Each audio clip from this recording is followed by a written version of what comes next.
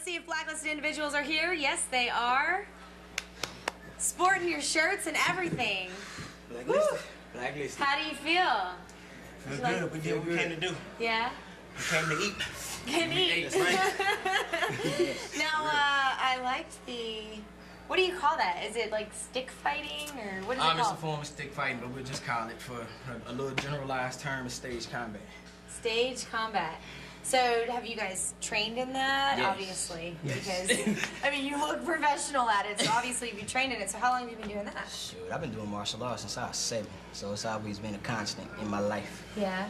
And trying to get this man on board. No, I don't do that. I just rap.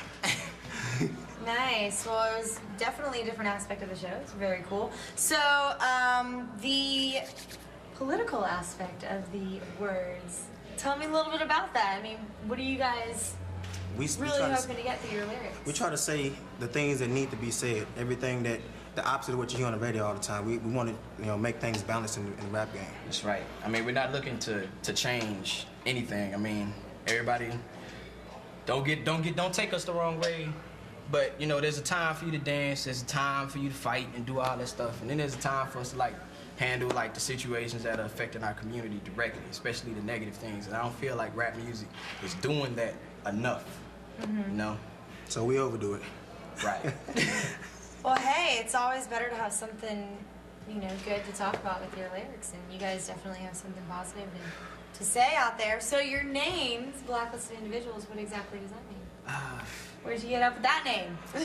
Well, we couldn't use Outkast. That's already taken. Already taken. I mean, I just feel like that at every point in every person's life, they have been an outsider of something. And we know how it feels to be an outsider. We know how it feels to be embraced. But I don't feel like there's enough music that embraces like the Outkast. Like me, I'm a social worker. There is no music right now that is covering what my kids are going through. So I feel like it's my duty as an artist to make sure that struggle is painted in the true light. The triumphs and the tragedies. Yeah.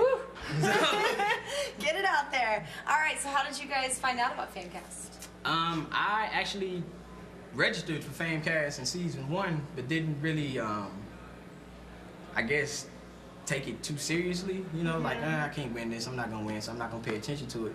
And I'm a poet here in town, and the National Poetry Slam is coming up in a few weeks. And there was this brochure going around, and I opened the flyer up, and it was like a Famecast flyer in there. So I was like, okay. And they were talking about season 2, and they were taking spoken word artists. And I was like, okay, now I can do something, Yeah. So I went and applied for the spoken word stage, and then I saw that they still had the hip hop stage up, and in addition to that, they had a dance stage. I was like, okay. You're like, which one to do? Right. So I did all 3. And we mix them all really together anyway. Yeah, we always mix our shows together. Depending on the size of the stage, we will determine what type of show you will see. If it's a very small stage, you may not see any stage combat just for the safety of the people watching it. But if it's a large stage or medium-sized stage, then you'll definitely see some stage combat at our shows. Well, I like that. I've never seen that before. It was pretty cool. I had to come watch. So, what do you guys hope to get out of Famecast? I mean, if you win, obviously you're going to get that money. Obviously. But you will also get the worldwide exposure and all of that. So what's the next step? I mean, do you have a lot of music written? Maybe go into the studio, record an album and all that, or what Our else? album's already done. Yes, we have We feel like we got the talent. We just need the exposure. Right. So I mean, it's a win-win situation for us. I mean, if we win the money, cool. But the exposure that this platform has been able to give our group outside of the industry, we feel like the industry is about to change in the direction that we're shooting anyway. So just hopefully somebody that's in a position of power can look down and be like, hey, let's snatch these dudes up before somebody else does. Because somebody will eventually, trust me. Yeah. So you said you already do have an album done. Is there access through Famecast? Do you guys have a website or anything listed under your backstage we haven't on released Famecast? it yet. We haven't released it because we we got to create the demand before we release the product. Right. Okay. Very cool. Well, you got the demand coming right now. You got all the fans out here getting you to the top 5. So I wish you the best of luck this week.